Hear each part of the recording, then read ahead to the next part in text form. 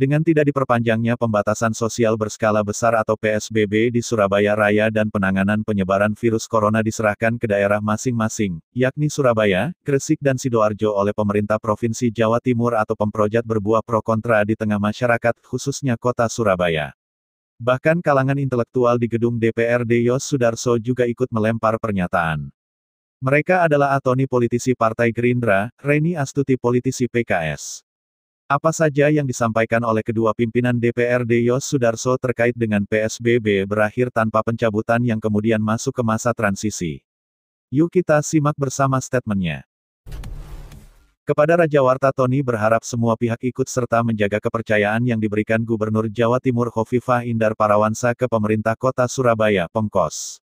Kenapa semua pihak harus ikut serta menjaga kepercayaan yang diberikan Gubernur Jatim untuk penanganan virus corona kepada Pemkos?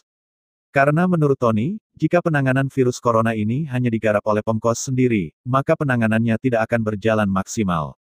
Bahkan, Tony yakin Pemkos akan keteteran menghadapi serangan virus import ini jika semua pihak tidak terlibat. Ini tantangan bagi pemerintah kota, khususnya Surabaya. Ketika itu tidak diperpanjang, lalu kewenangan itu diserahkan kepada pemerintah kota, maka wali kota menjadi sebuah harapan yang harus bisa memberikan jawaban atas masalah persebaran COVID di Surabaya ini. Kemudian mampukah kota? Nah ini adalah sebuah hal yang tidak gampang. Maka kami yang ada di lembaga dewan dan kemudian pemerintah kota, masyarakat dan para pihak lainnya harus satu padu. Ini tidak bisa diserahkan kepada pemerintah kota saja. Kami melihat kalau ini adalah hanya dihandle oleh wali kota bersama gugus, sudahlah, saya yakin keteteran. Ya, supaya itu adalah masalah ini bisa diatasi. Provinsi sekarang sudah lepas, maka adalah ya kita yang harus kemudian cancut teliwondo ini gitu. Jadi satu, bagaimana dewan, kemudian bagaimana masyarakat, bagaimana gugus-gugus yang ada di tingkat kelurahan yang kemudian menjadi gugus Wani Jogo, Wani Ngandani, Wani Sejahtera dan yang lainnya itu bekerja secara maksimal. Dan kemudian yang tidak kalah penting adalah peran daripada masyarakat-masyarakat yang lain yang kira-kira mampu, yang kira-kira bisa berbuat seperti apa. Kita akan coba rangkai itu dalam sebuah bingkai spirit untuk menjadikan Surabaya sebagai kota sehat anti COVID-19. Ini harus kita gelurakan mulai hari ini, karena kewenangan itu adalah ada di kita lagi sekarang ini. Menjawab pertanyaan yang sedang bergulir di tengah masyarakat yang mempertanyakan apakah Pemkos sudah layak masuk ke masa transisi menuju new normal, Tony dengan tegas mengatakan, kondisi Surabaya hingga saat ini masih dalam kondisi membahayakan. Namun, karena Wali Kota Surabaya Tri Risma Harini atau Risma mendapat desakan kuat dari masyarakat yang gerah dikekang PSBB, maka pilihannya hanya satu, Wali Kota harus mendengar aspirasi dari arus bawah. Meski ungkap Tony, pilihan yang dipilih Risma bukan hal mudah.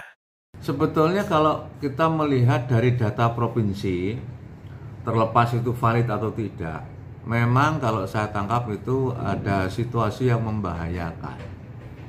Dan kemudian untuk siap untuk menuju new normal itu sebetulnya saya melihatnya adalah wali kota mendapat desakan yang begitu kuat dari masyarakat, bahwa masyarakat menghendaki untuk sudah menuju ke new normal, dan kemudian Bu Wali juga merasa ingin berekspresi lebih leluasa, tidak terkekang dengan sebuah kendala-kendala teknis di lapangan kaitan dengan masalah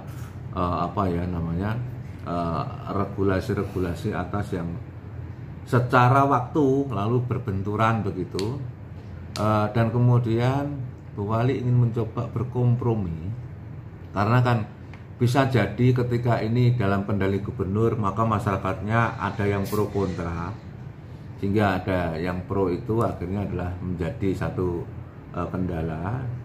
bagi upaya mensinergikan untuk pengetatan, untuk pendisiplinan. Lah mungkin ketika sekarang dalam kendali Bu Wali, ya sudah, nanti akan Bu Wali bisa aja nanti itu gaya kepemimpinannya sebagai satu rezim COVID yang kemudian dengan bendera sebagai ketua gugus itu akan lebih bisa kuat lagi, bisa sedikit otoriter kepada warga masyarakat yang mungkin tidak mau patuh, bahkan adalah bisa menerapkan sanksi administratif, terutama apakah nanti itu ada penahanan terhadap tilang terhadap KTP atau mungkin identitas lainnya, dan kemudian kepada mungkin warung-warung kopi atau bahkan warung toko modern, terus kemudian mall, pasar-pasar pedagang yang kemudian tidak patuh, bisa saja lalu adalah perizinannya dicabut begitu. Dan ini adalah konsekuensi yang harus dilakukan supaya semuanya adalah patuh dengan protokoler COVID. Hampir senada dengan Tony. Politisi PKS, Reni Astuti mengatakan, pilihan untuk tidak memperpanjang PSBB merupakan sebuah pilihan yang sulit.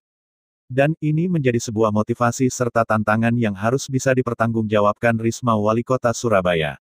Terkait dengan sikap Wali Kota yang sudah memilih pilihannya. Wakil Ketua DPRD Yos Sudarso ini yakin Risma telah mempertimbangkan dari berbagai aspek. Termasuk mempertimbangkan perkembangan kurva COVID-19. Ya, jadi terkait dengan pilihan pemerintah kota dengan tidak memperpanjang kebijakan PSBB, saya melihat kebijakan yang diambil ini oleh pemerintah kota, dalam hal ini wali kota, adalah kebijakan yang berani sebenarnya. Saya berkeyakinan wali kota dalam hal ini mengambil pertimbangan yang tidak sederhana. Ya. Jadi berbagai aspek tentu dipertimbangkan oleh wali kota. Nah, ketika kemudian kebijakan ini sudah diambil, ya tentu sekarang saya sebagai dewan akan lebih fokus kepada bagaimana agar kebijakan yang diambil ini kemudian nanti bisa benar-benar berjalan, ya, dan benar-benar bisa menurunkan kurva pandemi. Nah, perlu saya sampaikan bahwa sebelum PSBB ya diberlakukan, pemerintah kota sebenarnya sudah memperlakukan yang namanya protokol kesehatan. Ada banyak protokol, sekitar 16-an mungkin ya. Nah, hanya saja pada waktu itu protokol kesehatan itu dibuat ketika angka positif ya itu masih sedikit. Pada waktu itu protokol kesehatan dibuat di dalam surat edaran wali kota per tanggal 20 Maret 2020. Nah, saya melihat angka positif pada tanggal-tanggal segitu, yaitu angkanya masih tanggal 23 Maret itu angka positif kita itu masih 23. Jadi masih jauh, sementara saat ini angka positif kita per 8 Juni 2020 itu sudah 3.360 gitu loh. Nah, oleh karena itulah kemudian protokol kesehatannya sudah dibuat sebelum PSBB itu harus kemudian direview kembali, diupdate kembali, disesuaikan dengan kondisi saat ini. Gitu, karena membuat sebuah protokol kesehatan ketika kondisi angka kasus itu sudah mengalami penyebaran yang masif, dengan tingkat penularan juga yang masih tinggi, dengan angka positif juga masih tinggi, laju yang belum menurun, itu harus detail, harus substantif, kemudian dan yang paling penting lagi adalah implementatif. Disinggung, apakah ketika produk protokol kesehatan yang nanti tertuang ke dalam perwali bisa diimplementasikan dengan baik di tengah masyarakat. Reni kembali mengingatkan Pemkos bahwa salah satu ketidakefektifan PSBB 3 jilid itu adalah lemahnya pengawasan dan penindakan dari Pemkos terhadap warga yang melakukan pelanggaran. Nah, ini salah satu ketidakefektifan PSBB yang sudah 3 jilid itu adalah ketika pasal-pasal yang ada di dalam perwali itu tidak seluruhnya kemudian dilakukan fungsi pengawasan dan penegakan. Gitu. Itu yang makanya kenapa kemudian saya sangat berharap dan mendorong agar kebijakan yang nanti dirumuskan di dalam perwali di masa transisi menuju new normal ya, itu jangan sampai mengulang kegagalan dalam tanda petik atau mungkin ketidakefektifan PSBB 3 jilid. Dalam keterangannya, Reni meminta Pemkos melakukan penguatan terhadap kesadaran masyarakat. Misalnya kesadaran memakai masker, cuci tangan dan lain-lain. Hal ini akan membantu percepatan penanganan virus corona di kota Surabaya. Penguatan kesadaran masyarakat. Contoh yang paling sering kita dengar adalah himbauan untuk menggunakan masker. Saya yang sederhana saja, menggunakan masker. Pastikan betul apakah memang warga Surabaya ini kewajiban untuk melakukan ini sudah ada belum. Jangan sampai kemudian orang tidak maskeran karena nggak punya. Oleh karena itu bantuan masker, stok masker di kelurahan, stok masker kain di kelurahan, menurut saya itu harus ada. Sehingga kemudian masyarakat ini merasakan pemerintah ini hadir untuk kemudian benar-benar bantu, gitu ya. Kemudian ini diperkuat. Saat ini sudah berjalan bantuan-bantuan itu terus harus diperkuat. Kemudian yang kedua adalah terkait dengan PHBS.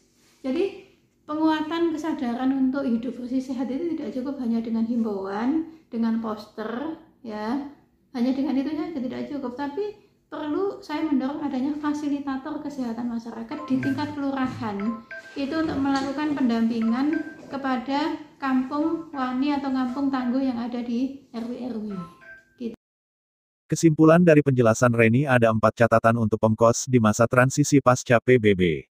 Pertama, penguatan protokol kesehatan.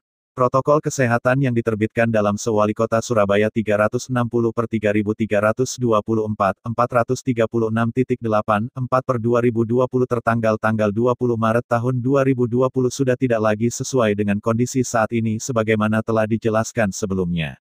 Kedua, penguatan kesadaran perilaku hidup bersih dan sehat (PHBS) pada masyarakat. Penguatan PHBS tidak cukup hanya dengan himbauan, simbol-simbol dan poster-poster yang ditempelkan.